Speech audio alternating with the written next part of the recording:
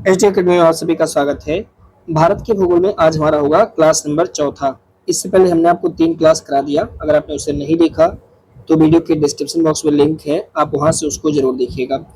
आज हम चौथा जो हमारा क्लास होगा, इसमें हम लोग जो डिस्कस करने वाले हैं उसमें हम भारत के कृषि यानी इंडियन एग्रीकल्चर की बात करेंगे, जो कि बहुत ज़्यादा इम्पोर्टेंट टॉपिक है। पेपर में एक प्रश्न तो हर बार आता है, कई कई बार पेपर में 2 से 3 प्रश्न देखने को यहाँ से मिल जाता है। अगर हम इसमें एक और शब्द जोड़ देते हैं पशुपालन, तो यहाँ से कभी कभी पेपर में एक क्वेश्चन हमें देखने को मिलता है, पशु और उसके नस्ल को लेकर के क्वेश्चन बन जाता है। ठीक है, और इसके साथ साथ भारत की कृषि हम लोग देखेंगे।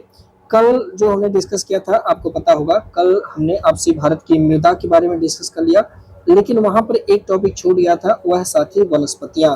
भारत की मृदा और भारत की वनस्पतियां। नो डाउट पेपर में हर बार 2 प्रश्न आप पाओगे वनस्पतियों से।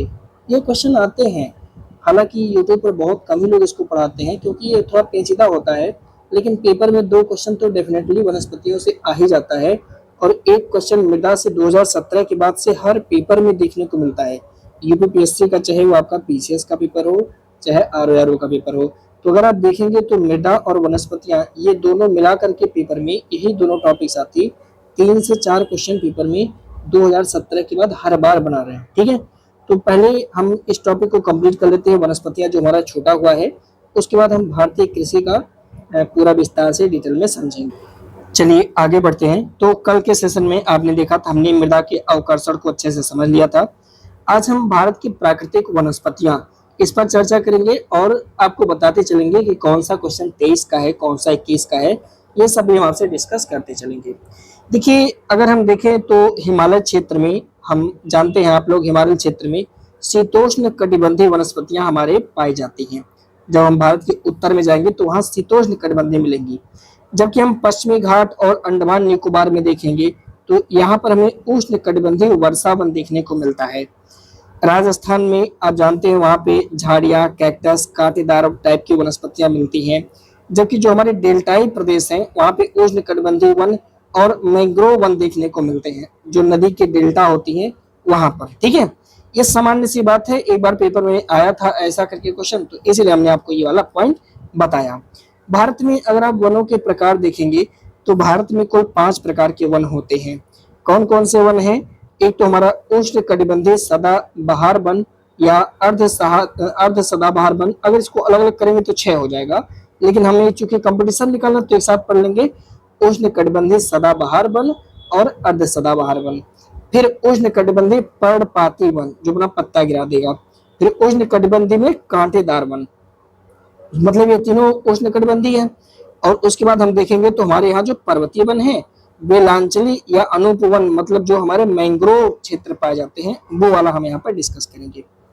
अब देखिए, हमारे लिए एक एक इम्पोर्टेंट है और बहुत विस्तृत से इसको समझना है, क्योंकि पेपर में क्वेश्चन पूछा गया है। ठीक है, कैसे दिखेगा? सबसे पहले हम बात करेंगे ट्रॉपिकल एवरग्रीन फॉरेस्ट, जो सदाबहार वन है, यानी उष्ण कटिबंधीय सदाबहार वन। तो इसका विस्तार कहाँ कहाँ है, पहले इसे देख लीजिएगा और इसको रट लीजिएगा। विस्तार है पश्चिम घाट की पश्चिमी ढाल, मेरे भाई पूर्वी ढाल पे नहीं, जैसे भारत है, ठीक है, तो सबसे पहले यहाँ देखिए, ये आपका हो गया पश्चिमी घाट, तो इसके पश्चिमी ढाल पर, ये इधर का एरिया हो गया पूर्वी और इधर का एरिया हो गया पश्चिमी।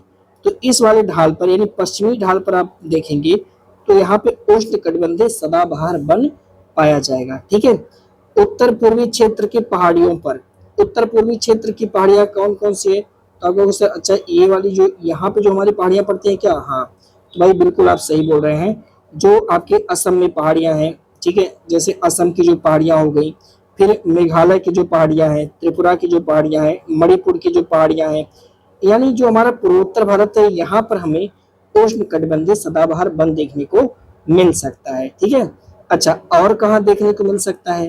तो हिमालय के तराई क्षेत्र में। तो भैया हिमालय आप जानते हैं कि जो हमारा हिमालय पर्वत है कुछ इस तरह से विस्तृत है साथी। तो हिमालय का जो तराई क्षेत्र होता है, जो गिरिपाद होता है, यहाँ पे हमें देखने को मिल सकता है उष्ण कटिबंधीय सदाबहार वन। और कहाँ देखने को मिल सकता है? कर्नाटक के पश्चिम भाग पर, तो जाहिर सी बात है भाई कर्नाटक में मिलेगा पश्चिम भाग पर। अंडमान और निकोबार द्वीप समूह में, तो आपको ये एरिया तो अब क्लियर हो चुका होगा।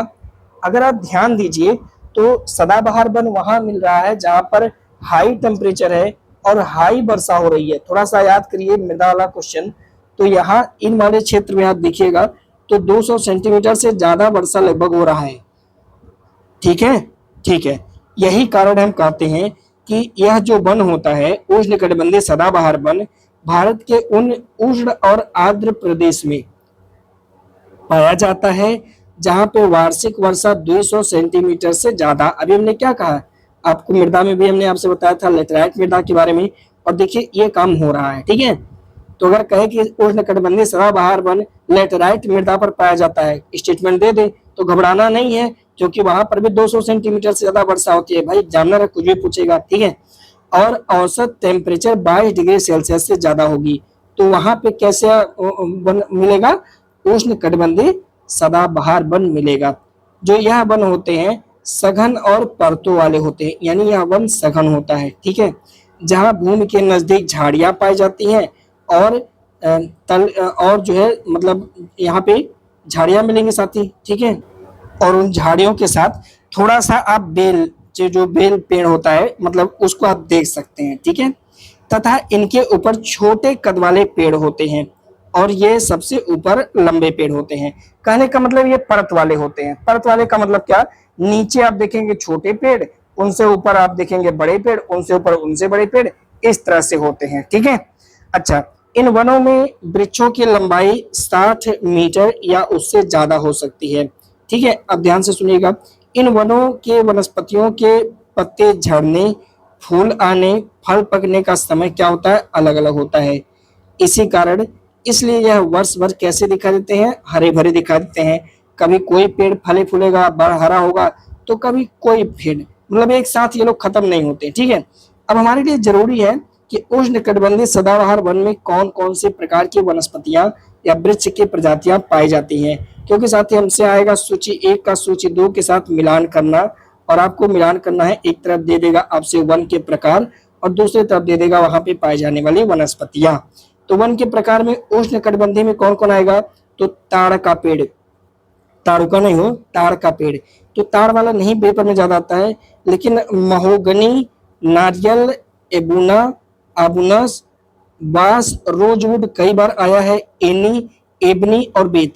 तो भैया महोगनी ये भी कई बार आया हुआ है पेपर में, एबीनी भी आया हुआ है पेपर में, तो इनको आप रख लीजिए। ये सारे के सारे लोग कहाँ पाए जाते हैं, उष्णकटिबंधीय सदाबहार वन। अब देखिए अर्ध सदाबहार वन, अर्ध सदाबहार वन मतलब जहां पे कम वर्षा होगा वहां पर पाया जाएगा। ठीक है, मतलब उन्हीं क्षेत्रों में कई जगह ऐसा होता है कि थोड़ा कम बारिश हो जाता है, वहीं पर पाए जाती हैं अर्ध सदाबहार वन। ठीक है, मतलब वही वाली एरिया सब कुछ है जहां कम होगा वहीं। अब इनमें एक पेड़ होता है साइडर, होलक और कैल, तो ये सब अर्ध सदाबहार वन के लकड़ियां हैं या वनस्पतियां हैं साथी। ठीक है, अब जरा सा ध्यान से सुनना है। उष्णकटिबंधीय पर्णपाती या जिसे हम मानसून फॉरेस्ट के नाम से जानते हैं, मानसून वन के नाम से, अभी 2023 में कौन सा सवाल आया था हम वो भी आपको बताएंगे। ठीक है, देखिए भारत में इस प्रकार के वन बहुतायत पाए जाते हैं। ये वन भारत के उन क्षेत्रों में पाया जाता है जहां पे वर्षा 70 से 200 सेंटीमीटर हो, यानी हमारे उत्तर प्रदेश में कहीं ना कहीं ये वन जरूर पाया जाएगा। तो जहां जहां पे आप देखेंगे कि 70 से 200 सेंटीमीटर के आसपास, यानी 200 से कम, ज्यादा हो जाए तब तो फिर सदाबहार हो जाएगा, है ना, उससे कम। ये वन गर्मी के प्रारंभ में ही अपनी पत्तियां गिरा देते हैं, इस कारण से हम इन्हें पतझड़ वन के नाम से या मानसूनी वन के नाम से जानते हैं। जल की उपलब्धता के आधार पर जो उष्णकटिबंधीय पर्णपाती वन है उसे 2 पार्ट में बांटा गया है, अर्ध पर्णपाती वन और शुष्क पर्णपाती वन। समझिए, सॉरी, आर्द्र पर्णपाती वन और शुष्क पर्णपाती वन, जल की उपलब्धता के आधार पे। तो अगर जल होगा तो आर्द्र होगा और अगर जल नहीं होगा तो शुष्क होगा, है ना, समझिएगा। अब देखिए आर्द्र पर्णपाती वन, यहाँ से कैसे सवाल आते हैं और कौन से सवाल आते हैं। साथ ही यहाँ से जो सवाल आएगा वह वही मिलान करने वाले आएंगे, कौन से यहाँ की प्रमुख वनस्पतियां हैं। लेकिन देखिएगा आर्द्र पर्णपाती वन कहाँ पाया जाएगा, यह वन उन क्षेत्रों में पाया जाता है जहां पे वर्षा 100 से 200 सेंटीमीटर के बीच में होता है। ठीक है, 100 से 200 सेंटीमीटर की। और यहीं पर शुष्क कहाँ पाया जाएगा, जहां पे वर्षा 70 से 100 के बीच में होगा। अब आप तो समझ गए होंगे, है ना। ठीक है, अच्छा, आर्द्र पर्णपाती ज्यादातर कहाँ देखने को मिल सकता है, कोई एरिया है क्या? तो देखिएगा, उत्तर पूर्वी राज्य में, हिमालय के गिरिपद में, पश्चिम घाट के पूर्वी ढाल, मेरे भाई, पश्चिमी ढाल पर सदाबहार और पूर्वी ढाल पर पर्णपाती। पश्चिमी घाट की कहानी ही निराली है। तो भैया पश्चिमी घाट के पूर्वी ढाल पे कौन सी वनस्पतियां पाई जाएंगी? तो आप कहोगे सर आर्द्र पर्णपाती, जिंदगी में भुलाएंगे। और पूर्व में जाएंगे तो क्या मिलेगा, उड़ीसा में मिलेगा, है ना। तो यहाँ पे हमें आर्द्र पर्णपाती वन मिलते हैं। और इनमें कौन सी वनस्पतियां पाई जाएंगी? सबसे इंपॉर्टेंट सागवान। अरे महाराज, इतना कठिन लकड़ी, साल का लकड़ी, शीशम, महुआ, हुर्रा, आंवला, हरड़ बहेड़ा, सेमल, कुसुम, चंदन की लकड़ी, सारी कीमती लकड़ियां आर्द्र पर्णपाती वन में ही पाई जा रही हैं। अरे भाई, सागवान मजबूत लकड़ी, साल, शीशम, महुआ की लकड़ी, हुर्रा की लकड़ी, मतलब मजबूत लकड़ियां साथी। ये सभी के सभी चंदन की लकड़ी कहाँ मिल रही है? आर्द्र पर्णपाती वन में मिल रही है। मिला दीजिएगा। शुष्क पर्णपाती में क्या कहानी है भाई? यह वन देश के उन विस्तृत भागों में मिलता है जहां पे वर्षा 70 से 100 सेंटीमीटर होती है। यह प्रायद्वीप भारत के अधिक वर्षा वाले भागों में, उत्तर प्रदेश और बिहार के मैदानी भागों में मुख्यतः शुष्क पर्णपाती वन पाए जाते हैं साथियों। अधिक वर्षा वाले प्रायद्वीप पठार और उत्तर भारत के मैदानों में ये वन पार्क नुमा भूदृश्य भी बनाते हैं। ध्यान रखिएगा, जहां सागवन और अन्य पेड़ों के बीच हरी भरी घास होते हैं। अब देखिए, शुष्क पर्णपाती वन में कौन कौन सी वनस्पतियां आती हैं, समझिएगा। इसमें तेंदु नाम की वनस्पति आती है, पलास आता है, फिर अमलतास आता है, बेल आता है, और खैर नाम की वनस्पतियां हमें देखने को मिलती है साथियों। ठीक है, और इसके साथ साथ अक्सलवुड भी इसमें है। मिलान करने के लिए आएगा तो आप मिला दीजिएगा। ज्यादातर जो है अमलतास, प्लास और अक्सलवुड को मिलान करना होता है शुष्क पर्णपाती के साथ। ठीक है, रिवीजन करेंगे 3-4 बार ना तो अभी याद होगा, एक के बार में किसी को नहीं आता है। अगला है उष्णकटिबंधीय कांटेदार वन, एरिड थ्रोनी वेजिटेशन, यानी कांटा उसमें रहेगा भैया, और उष्णकटिबंधीय होगा। अब सोचिए कहां पर यह पाया जाएगा? तो मेरे भाई, जहां पर वर्षा 50 सेंटीमीटर से कम होगा। एनसीईआरटी कुछ और का है, लेकिन 50 सेंटीमीटर से जहां पे वर्षा कम होगी वहां पर हमारा उष्णकटिबंधीय कांटेदार वन मिलेगा। कहाँ कहाँ पे 50 सेंटीमीटर से कम वर्षा होती है? देखिएगा, दक्षिण पश्चिम पंजाब में तो होता ही है, हरियाणा के कुछ क्षेत्र में होगा, राजस्थान के कुछ क्षेत्र में, गुजरात, मध्य प्रदेश, उत्तर प्रदेश के अर्ध शुष्क क्षेत्रों में यह वनस्पतियां हमें देखने को मिलती हैं साथियों। ठीक है, मध्य प्रदेश के इंदौर से आंध्र प्रदेश के कुर्नूल तक ये पठार के मध्य भाग में अर्धचंद्राकार पेटी में भी देखने को मिलती हैं। इन वनों में पौधे लगभग पूरे वर्ष पर्ण रहित रहते हैं और झाड़ियां जैसे लगते हैं। इनमें कौन कौन सी प्रजाति पाई जाती है इसको देखिएगा। इसमें आपका बबूल का पेड़ मिलेगा, इसमें आपका बेर का पेड़ मिलेगा, खजूर मिलेगी, खैर का पेड़, नीम, रोहिड़ा, करीला, खिजड़ी, प्लास, ये सब। इन वृक्षों के नीचे लगभग 2 मीटर लंबे गुच्छ घासियां भी उगती हैं साथियों। अब हमारे लिए सबसे इंपॉर्टेंट जो भारत के संदर्भ में बहुत महत्वपूर्ण है वो होता है साथी पर्वतीय वन, क्योंकि यहाँ से क्वेश्चन एग्जामिनर घुमा फिरा के पूछता है और बच्चे इसका जवाब नहीं दे पाते। बात करेंगे पर्वतीय वन, तो पर्वतीय क्षेत्रों में ऊंचाई के साथ साथ तापमान घटने के साथ साथ प्राकृतिक वनस्पतियों में भी बदलाव आता है। जैसे पर्वत पे हम ऊपर बढ़ते जाएंगे तो टेम्परेचर में क्या होगा, चेंज होगा। ठीक है, और टेम्परेचर में जब चेंज होगा तो जाहिर सी बात है नेचुरल वेजिटेशन है, जो प्राकृतिक वनस्पतियां हैं उनमें भी बदलाव देखने को मिल सकता है। ठीक है, अब पर्वत के संदर्भ में हम क्या करते हैं कि हम पर्वतीय जो वनस्पतियां होती हैं उन्हें 2 भाग में बांटते हैं। एक तो उत्तरी पर्वतीय वन होता है और एक हमारा दक्षिण पर्वतीय वन। ठीक है, तो 2 पार्ट में इसको डिवाइड किया गया है, उत्तरी पर्वतीय वन और दक्षिणी पर्वतीय वन। अब देखिए पहले हम बात करेंगे उत्तरी पर्वतीय वन को लेकर के। ठीक है, देखिए ऊंचाई बढ़ने के साथ हिमालय पर्वत श्रृंखला में उष्णकटिबंधीय वनों से लेकर के टुंड्रा वनों तक के प्राकृतिक वनस्पतियां पाई जाती हैं। इसका क्या मतलब है, जैसे मान लीजिए ये हमारा हो गया हिमालय पर्वत, तो हिमालय पर्वत के गिरिपद में अगर आप देखेंगे तो जाहिर सी बात है गिरिपद में कोई दूसरी वनस्पति होगी। मान लीजिए कि गिरिपद में हमारे उष्णकटिबंधीय वन है।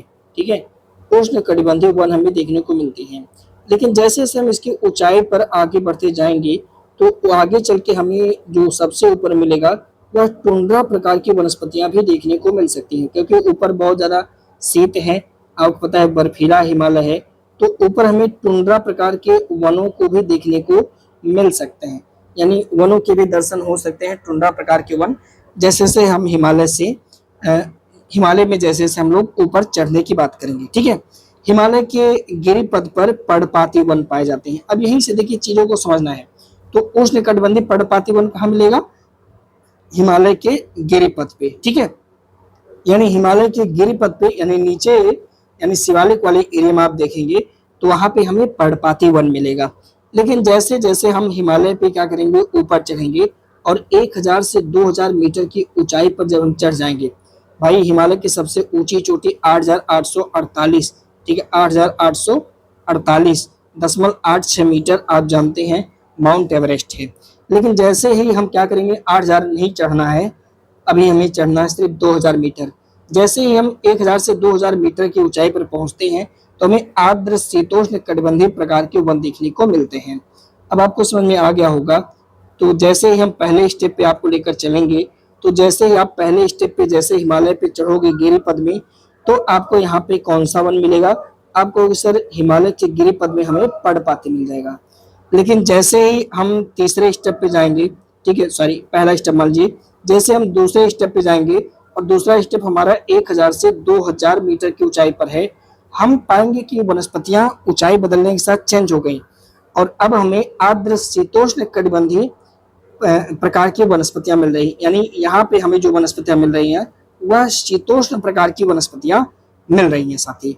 अब देखिए ये तो हो गई 2000 की मीटर की ऊंचाई तक, समझिए बात को। अगर हम उत्तर पूर्व की बात करते हैं, जो हमारा इस वाले एरिया में जो पड़ता है, जो मिकरी की पहाड़ियां, पहले आपने इसीलिए पहला वीडियो आप जरूर देखिएगा, अबोर की पहाड़ियां, मिकरी की पहाड़ियां, गारो खासी जयंतियां, पटकाई बूम की पहाड़ियां, ठीक है सारामाती, ये सब हमने आपको पहले वीडियो में बताया, तो आप वहां से जरूर पढ़िएगा। अब देखिए उत्तर पूर्व भारत की जो उच्चतर पहाड़ी श्रृंखलाओं पर है और पश्चिम बंगाल तथा उत्तरांचल के पहाड़ी इलाकों में चौड़े पत्तों वाले ओक और चेस्टनस जैसे सदाबहार वन पाए जाते हैं। यानी अगर आप भारत के उत्तर पूर्वी भारत में अगर आप देखेंगे तो आपको ध्यान होगा, मैंने अभी भी आपको भी पहले ही पढ़ाया है, सदाबहार वर्षा वन कहाँ पाया जाएगा, ठीक है जहाँ पे बरसात ज्यादा होगा।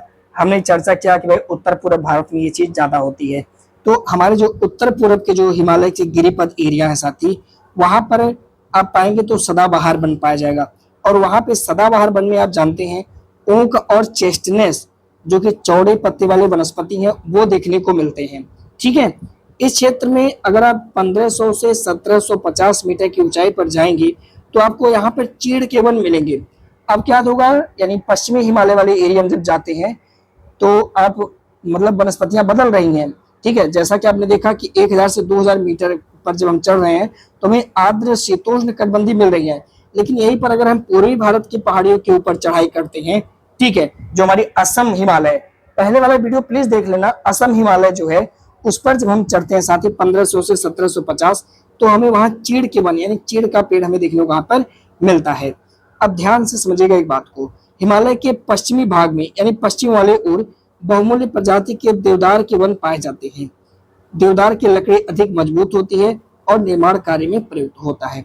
क्या ये बात क्लियर है? यानी पश्चिमी एरिया मतलब कौन सा, पंजाब हिमालय में जो पाई जाती है वहां पर देवदार के वन पाए जाते हैं, जबकि असम हिमालय में जो पाया जाता है वह चीड़ के वन होता है। मेरे भाई ध्यान रखना, एग्जामिनर समीक्षा अधिकारी का है घुमा घुमा के लतिया लतिया के पूछता है क्वेश्चन, और वहां पे लोग मुंह ताकते हैं, कहते हैं पेपर बहुत कठिन आ गया। काहे कठिन आ गया, जब समझ में नहीं करेंगे तो कठिन ही करेगा। और आजकल पीसीएस भी वही पैटर्न पे चल रहा है भाई साहब, तो कठिन इसलिए हो जाता है क्योंकि आप समझते ही नहीं है चीजों को, बस यूट्यूब पे चल रहा है, हाई ये लगाओ यही लगाओ, बस वही हो रहा है, इसलिए कठिन हो जाता है। मेरे भाई कठिन नहीं है, समझिए बात को। देखिए अगर हम बात करेंगे कौन और कुछ लकड़ियां, तो एक लकड़ी है वालन की लकड़ी और चिनार की लकड़ी। अब इसका प्रयोग कश्मीरी हस्तशिल्प के लिए किया जाता है। पश्चिमी हिमालय में यह देखने को मिलता है। तो ये दोनों लकड़ी किस काम में आती है, चिनार की लकड़ी और वालन की लकड़ी। तो आपका सर पश्चिमी हिमालय में। क्या आगे अब हम बढ़े, 2000 तक आप चढ़ाई कर लिए थे, चलिए ऊपर चलते हैं। तो मेरे भाई जैसे ही 2225 एनसीईआरटी का ये शब्द है, 2225 से 3048 मीटर की ऊंचाई पर चढ़ गए। इस बार हमें साथियों इस बार बल्यूपाइन और स्प्रूस की वनस्पतियां देखने को मिलेंगी। मेरे भाई बल्यूपाइन और स्प्रूस की वनस्पतियां 2225 से लेकर के 3048 मीटर तक आप पाएंगे। और इन्हीं स्थानों पर कई जगह पर शीतोष्ण कटिबंधीय घास भी उगते हैं, जैसा कि हमने आपसे चर्चा ही किया था। ठीक है, तथा और अब सोचिए 3048 से ऊपर जब आप जाएंगे तो आपको एल्पाइन वन और चारागाह भी देखने को मिलेगा। मेरे भाई अब आगे बढ़िएगा 3000 से 4000 के बीच में। तो जैसे ही आप हिमालय पे 3000 से 4000 की ऊंचाई पर जाते हैं, आपको वहां पे silver fir, Juniper, pine, birch, rhododendron ये वनस्पतियां मिलती हैं। तो भैया पेपर में उल्टा सीधा पूछेगा, बता दीजिएगा। मैं तो कहूंगा कॉपी में एक बार ऐसे ऊंचाई और कौन वनस्पतियां लिख लीजिए। जैसे 3000 से 4000 ऐसे ऊंचाई लिख दीजिएगा, 3000 से 4000 अपनी सुविधा के लिए। कौन सी वनस्पतियां, तो लिखोगे सर सिल्वर फर और जूनिपर और पाइन और बर्च, ऐसे लिख दीजिए एक बार ऊंचाई वाला, जल्दी याद हो जाएगा। और सुनिएगा, इन्हीं क्षेत्रों में 3000 से 4000 की ऊंचाई पर ऋतु प्रवास करने वाले समुदाय जैसे गुज्जर, बकरवाल, गड्डी और भूटिया जैसे लोग चारागाह के लिए चारा चराने जाते हैं साथियों। अब यहाँ पे ध्यान रखिएगा, ये क्वेश्चन समीक्षा अधिकारी 2023 का सवाल है। आप प्रीवियस ईयर पेपर देखना, आपको समझ में आ जाएगा। क्वेश्चन क्या है, जरा सा ध्यान से देखना। क्वेश्चन कह रहा है कि हिमालय के उत्तरी भाग का ढाल शुष्क है। हिमालय का उत्तरी भाग का ढाल जो है साथी, वह क्या है, शुष्क है। जबकि दक्षिणी भाग के ढाल पर ज्यादा वर्षा होती है। तो भाई यह है हमारा हिमालय पर्वत, और यह हिमालय पर्वत का उत्तरी भाग, और यह हिमालय पर्वत का दक्षिणी भाग। तो भैया मेरे सारा बरसात तो यही दक्षिणम तो होता है। तो आप कहोगे हाँ सर सारा बरसात तो दक्षिणम होगा, यही कारण है।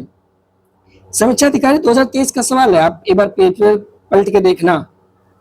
तो हिमालय के उत्तरी भाग का ढाल शुष्क है, जबकि दक्षिणी भाग के ढाल पर ज्यादा वर्षा होती है। अब आप बताइए, जब ज्यादा वर्षा दक्षिण में होता है तो क्या कह सकते हैं क्या कि हिमालय के दक्षिण ढाल पर उत्तरी ढाल की तुलना में अत्यधिक वनस्पतियां पाई जाती हैं। अरे भाई वर्षा ज्यादा होगा तो हमारे वनस्पतियां ज्यादा उगेंगी, है कि नहीं है? यही क्वेश्चन हमसे पूछा है, लेकिन वो कहा कि नहीं उत्तरी भाग में ज्यादा वनस्पतियां हैं, तो वहां पे वो था भैया गलत है। पर यहाँ पर ये सही है, हिमालय का उत्तरी भाग शुष्क है, जबकि दक्षिणी भाग जो होता है यहाँ पे ज्यादा वर्षा होता है। यही कारण है कि दक्षिणी ढाल पर ज्यादा वनस्पतियां मिलेगा उत्तरी ढाल की अपेक्षा के। ठीक है, अधिक ऊंचाई वाले भाग में टुंड्रा वनस्पति, अब इससे ऊपर जाएंगे 4000 से ऊपर तो टुंड्रा वनस्पतियां मिलेंगी, जिसमें मांस और लाइकेन पाया जाता है। और जानते हैं आप लोग परमाफ्रॉस्ट नाम की मृदा पाई जाती है टुंड्रा क्षेत्र में। आगे हम इस पर चर्चा करेंगे। अब देखिएगा दक्षिणी पर्वतीय वन की क्या विशेषता है। यह वन मुख्यतः प्रायद्वीप के पश्चिमी घाट, विंध्याचल और नीलगिरी पर्वत श्रृंखलाओं में मिलती है। भाई उत्तरी घाट पे तो आपने देख लिया ना, यानी भारत के उत्तर में आपने देख लिया पर्वतीय वन, तो दक्षिण में भी तो पर्वत है, तो दक्षिण में का पर्वत नहीं पढ़ेंगे का, ये भी पढ़ लीजिए। यह वन मुख्यतः प्रायद्वीप के पश्चिमी घाट पर विंध्याचल नीलगिरी पर्वत श्रृंखलाओं में मिलते हैं। पश्चिमी घाट विंध्याचल नीलगिरी पर्वत श्रृंखलाओं में उष्ण कटिबंध में यह एरिया पड़ता है। समुद्र तल से ऊंचाई इन क्षेत्र की तकरीबन 1500 मीटर है। इसलिए ऊंचाई वाले क्षेत्र में यहाँ पे आप शीतोष्ण कटिबंधीय वनस्पतियां देखोगे, जबकि निचले क्षेत्र में आपको उपोष्ण कटिबंधीय प्राकृतिक वनस्पतियां देखने को मिल सकती हैं। मेरे भाई आगे बढ़ेंगे तो केरल, तमिलनाडु, कर्नाटक प्रांत के पश्चिमी घाटों में उपोष्ण कटिबंधीय प्राकृतिक वनस्पतियां आप देखने को पाओगे। नीलगिरी, अन्नामलाई, पलानी पहाड़ियां, ये शीतोष्ण कटिबंधीय वन देखने को हमें यहाँ पर मिलती हैं और यहाँ के वन को हम सुलास के नाम से जानते हैं। साथ ही नीलगिरी, अन्नामलाई और पलानी की पहाड़ियां जो कि दक्षिण भारत में हमने पहले भी चर्चा किया है, यहाँ पर आपको शीतोष्ण कटिबंधीय वन देखने को मिलेंगे और इन वनों को हम सुलास के नाम से जानते हैं। ये वन आर्थिक दृष्टिकोण से इंपॉर्टेंट होते हैं क्योंकि यहाँ पर मैग्नेलिया, लॉरेल, सिनकोन और बेटल जैसे वनस्पतियां पाई जाती हैं। ये वन सतपुड़ा और मैकाले पर्वत श्रेणियों में भी पाई जाती हैं। तो सुलास वन कहाँ कहाँ मिलेगा? नीलगिरी, अन्नामलाई, पलानी, सतपुड़ा और मैकाले पर्वत श्रेणियों के क्षेत्र में मिलेगा। कुछ और इंपॉर्टेंट बातें हैं। हिमालय के 1500 से 3500 मीटर की ऊंचाई पर कोणधारी सदाहरित वनस्पतियां भी मिलती हैं, ठीक है, जिसे आप शंकुधारी वनस्पतियां कहते हैं, जिनके वृक्ष की लकड़ी मुलायम होती है। देवदार, स्प्रूस, सिल्वर फर, चीड़ ये लोग पाए जाते हैं। इस पर चर्चा ऊपर भई हुई है। इसी ऊंचाई पर पूर्वी हिमालय में आपने देखा ओक, मैग्नेलिया और लॉरेल मिला है। 2800 से 4800 पर आपने देखा अल्पाइन वनस्पतियां मिली हुई हैं और चिनार और अखरोट के पेड़ जो कि अल्पाइन चारागाह हैं वो आपने देखा इंपॉर्टेंट है। और हिमालय के सबसे ऊंचाई पर आप चले जाएंगे तो वहां पे आपको कोई वनस्पतियां नहीं मिलेंगी। एक बार और अच्छे से रिवीजन कर लीजिएगा, आपका ये वाला सेशन साथी तैयार हो जाएगा। अब हम बात करेंगे मैंग्रोव। यहाँ से भी सवाल पेपर में पूछा गया है। समीक्षा अधिकारी 2017, 2021 का मेंस, 2023 में यहाँ से सवाल नहीं आया, प्रीलिम्स में नहीं आया, लेकिन इस बार आ सकता है। लेकिन 2021 के मेंस में भी, प्रीलिम्स में यहाँ से सवाल पेपर में आए हुए हैं। तो समझिएगा कि अनूप वन या मैंग्रोव वन की क्या स्थिति है। तो भारत में मैंग्रोव वन आप जानते हैं तटीय क्षेत्र में पाया जाता है और सुंदरबन का डेल्टा यानी सुंदरबन का मैंग्रोव वन आप जानते हैं कितना फेमस है। तो यह जो है विशेष रूप से समुद्र और नदियों के मुहाने पर जहाँ पे खारा और मीठा पानी मिलता है वहां पर पाया जाता है साथियों। ये वन जैव विविधता के लिए महत्वपूर्ण है, तटीय कटाव को रोकते हैं, मछली पालन को भी ये बढ़ावा देते हैं। तो इनकी कई सारी महत्वता होती है। कुछ भारत के मैंग्रोव हैं, आइए समझते हैं। सुंदरबन मैंग्रोव क्षेत्र कहाँ पे है? लोकेशन आपसे मिलान करने के लिए आया था तो इसे याद करिएगा, पश्चिम बंगाल में पड़ता है। विश्व का सबसे बड़ा मैंग्रोव वन है, गंगा ब्रह्मपुत्र डेल्टा में स्थित, यूनेस्को की विश्व धरोहर में भी शामिल है। रॉयल बंगाल टाइगर का निवास स्थान भी है।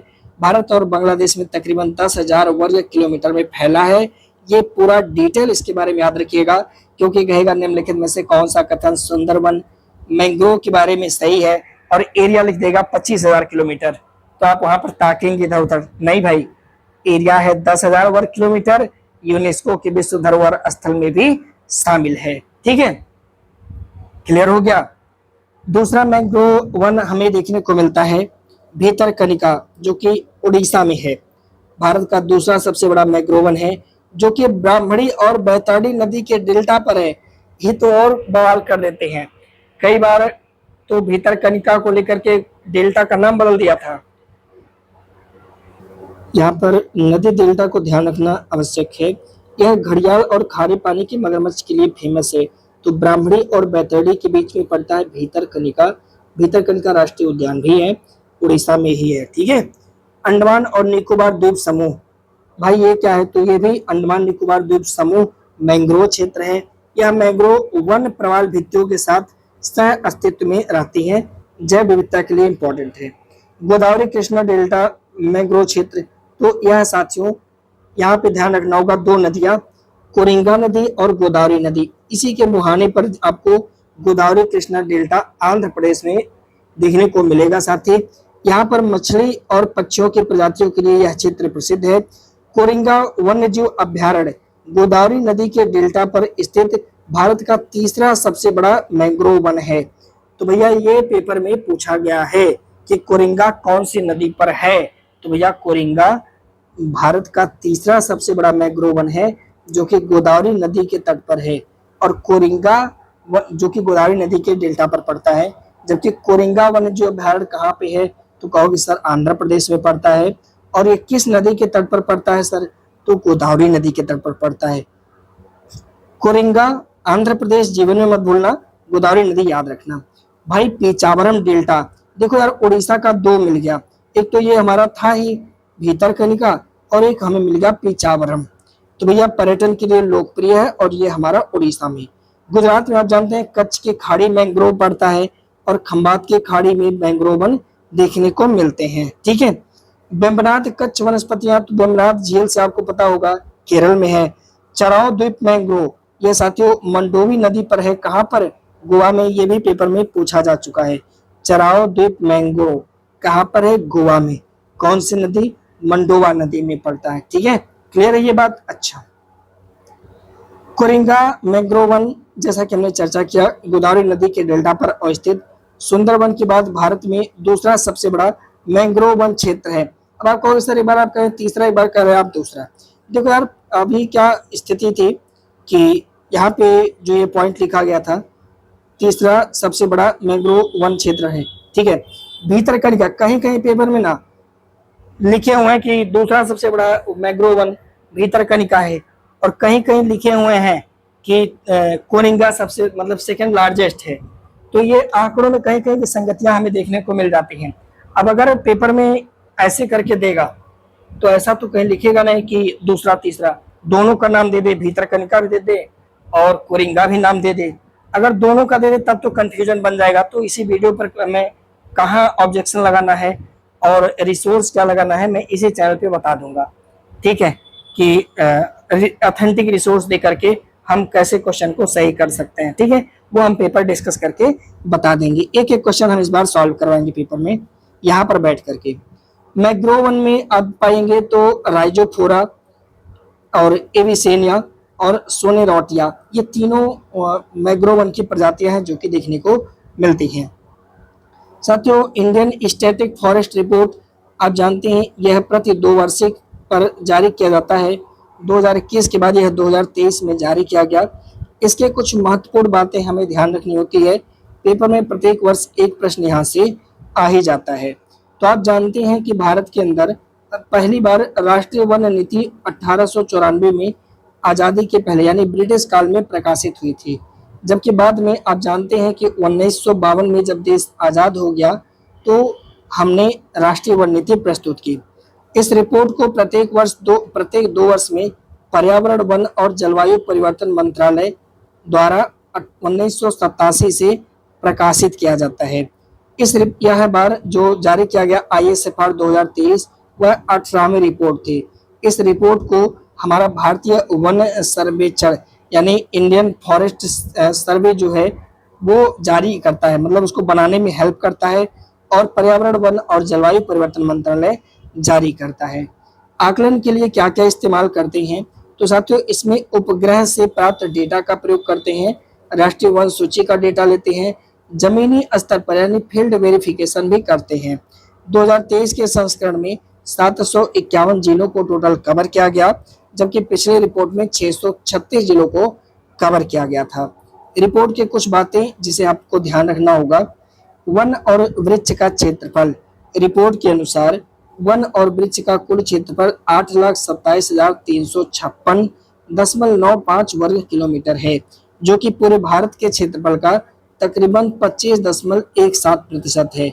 और आप जानते हैं एक समझौते के अनुसार देश को 33% वन और वनावरण करना है, पर अभी भारत में साथियों ISFR 2023 के अकॉर्डिंग 25.17% ही हुआ है साथी। इनमें से वन क्षेत्र आप जानते हैं 7,15,342.61 वर्ग किलोमीटर, जबकि जो हमारा वृक्षावरण है वह 1,12,000 14.34 वर्ग किलोमीटर है। हमने ये डाटा लिख दिया है, इसे आप 2-3 बार पढ़ लेना। वनावरण कितना है, तो कुल भौगोलिक क्षेत्रफल का 21.76%। वृक्षावरण करना है तो कुल भौगोलिक क्षेत्रफल का भारत के 3.41%। दोनों मिलाकर के 25.17%। स्क्रैप क्षेत्र 1.33 है। गैर वन क्षेत्र भारत में अभी भी 73% है। यानी देश में कुल क्षेत्रफल तो 32,87,468.86 वर्ग किलोमीटर भारत का पूरा क्षेत्रफल है, उसमें 100% का स्थिति दिखाया गया है। अब ध्यान रखना होगा हमारे लिए, ये वाला पॉइंट इंपॉर्टेंट है, वन और वृक्षों में वृद्धि। देश के वन एवं वृक्षों में कुल 1445.81 वर्ग किलोमीटर की वृद्धि हुई है, जिसमें 2021 की तुलना में वन आवरण में कुल 156.41 वर्ग किलोमीटर की वृद्धि हुई है। अब ये थोड़ा सा आपको याद रखना है, यही चार्ट इंपॉर्टेंट है। वन और वृक्ष आवरण में सबसे ज्यादा वृद्धि किन राज्यों में हुई है, तो भैया इन दोनों के मामले में सबसे ज्यादा वृद्धि वो हमें छत्तीसगढ़ में देखने को मिलेगा। दूसरे नंबर पे हमारे उत्तर प्रदेश को देखने को मिलेगा। तीसरे नंबर पे उड़ीसा है और चौथे नंबर पे राजस्थान पड़ता है। तो अगर आपसे पूछेगा कि वन एवं वृक्षावरण के मामले में कई निम्नलिखित कथनों पर विचार करिए। उत्तर प्रदेश वन एवं वृक्षावरण में अधिक वृद्धि के मामले में देश में दूसरे स्थान पर है, या पेपर में कह देगा तीसरे स्थान पर या पहले स्थान पे, तो भैया उत्तर प्रदेश दूसरे स्थान पे। वनावरण सबसे ज्यादा कहाँ हुआ है, मिजोरम में। दूसरे नंबर पे गुजरात, तीसरे नंबर पे उड़ीसा। अब देखिए किन राज्यों ने कमी प्रदर्शित करी हुई है, तो मध्य प्रदेश में कम हुआ है, फिर उसके बाद उससे थोड़ा ज्यादा कर्नाटक में है, उससे थोड़ा ज्यादा लद्दाख में, उससे थोड़ा नागालैंड में। यानी वनावरण एवं वृक्षावरण में सबसे ज्यादा कमी किस में हुई है, एमपी में हुआ, मध्य प्रदेश में। क्षेत्रफल के हिसाब से सबसे अधिक वन क्षेत्र वाले राज्य माने कौन से राज्य में सबसे ज्यादा वन है क्षेत्रफल के हिसाब से, तो मध्य प्रदेश में बहुत है, फिर अरुणाचल प्रदेश में, फिर उसके बाद छत्तीसगढ़। इसको याद रखिएगा। कुल भौगोलिक क्षेत्रफल के संबंध में वनावरण का प्रतिशत, जैसे मान लीजिए कि उत्तर प्रदेश का कुल भौगोलिक क्षेत्रफल 100% है, तो कितना वनावरण है इस हिसाब से, तो भैया लक्षद्वीप में उसके कुल भौगोलिक क्षेत्रफल का सबसे ज्यादा वनावरण है। फिर दूसरा मिजोरम, अंडमान निकोबार तीसरे नंबर पे, ठीक है। यानी जो लक्षद्वीप का भूमि है उसमें बहुत ज्यादा जो है देखने को आपको वनावरण मिलेगा साथियों। जैसे देख लीजिए उच्च वनावरण वाले 19 राज्य और संघ राज्य क्षेत्र में ऐसे हैं जिनमें 33% से ज्यादा वनावरण आपको देखने को मिलेगा। कौन कौन है, 8 राज्य और केंद्र शासित प्रदेश में तो आप पाएंगे 75% ज्यादा वन है, यानी उनका पूरा भूमिया पर लगभग में वन वन देखने को पाएंगे। ये पूरा भूमि 100% और फिर 75% पे जंगल है। कौन कौन ऐसे भाई 8 लोग हैं, उनका दर्शन करिए। कौन कौन है, सबसे पहले नंबर पे राज्य में मिजोरम, उसके बाद साथियों लक्षद्वीप, अंडमान निकोबार केंद्र शासित प्रदेश, फिर दूसरा राज्य अरुणाचल प्रदेश, नागालैंड, मेघालय, त्रिपुरा और मणिपुर साथियों। बाकी ये 19 राज्य इसको रट लेना। 19 राज्य ऐसे हैं जिसमें 33% से ज्यादा भौगोलिक क्षेत्र के वनावरण हैं। पेपर में पूछेगा भैया घुमा फिरा के, और 8 को भी याद रखना क्योंकि इन्हें 75% ज्यादा वन के क्षेत्र हैं। साथियों कार्बन स्टॉक की बात करेंगे तो देश का वन कार्बन स्टॉक 7,285.5 मिलियन टन अनुमानित है, जो कि 2021 की तुलना में 21.5 मिलियन टन ज्यादा है। सर्वाधिक वन कार्बन स्टॉक वाले शेष 3 राज्य अरुणाचल प्रदेश, मध्य प्रदेश और महाराष्ट्र हैं। मैंग्रोव आवरण की बात करें तो भारत का मैंग्रोव आवरण 4,991.68 वर्ग किलोमीटर है, जो कि भारत के कुल भौगोलिक क्षेत्रफल का 0.15% है, जिसमें 2021 से 7.34 वर्ग किलोमीटर की कमी आई है साथी, है ना। गुजरात मैंग्रोव आवरण में 36.39 वर्ग किलोमीटर की कमी देखी गई है गुजरात में, जबकि आंध्र प्रदेश में 13 और महाराष्ट्र में 12.39 वर्ग किलोमीटर की वृद्धि देखी गई है। तो वनावरण से और ISFR रिपोर्ट से इतना ही हमें पढ़ना है। इसके बाद साथियों अब हम जो डिस्कस करेंगे वह होगा भारत के कृषि। साथियों अगले वीडियो में हम जो चर्चा करेंगे वह हमारा होगा भारतीय कृषि यानी इंडियन एग्रीकल्चर। तो आप इसको अच्छे से पढ़ के आना। मिलता है आपसे अगले सेशन में, तब तक ले दीजिए। वंदे मातरम, जय हिंद।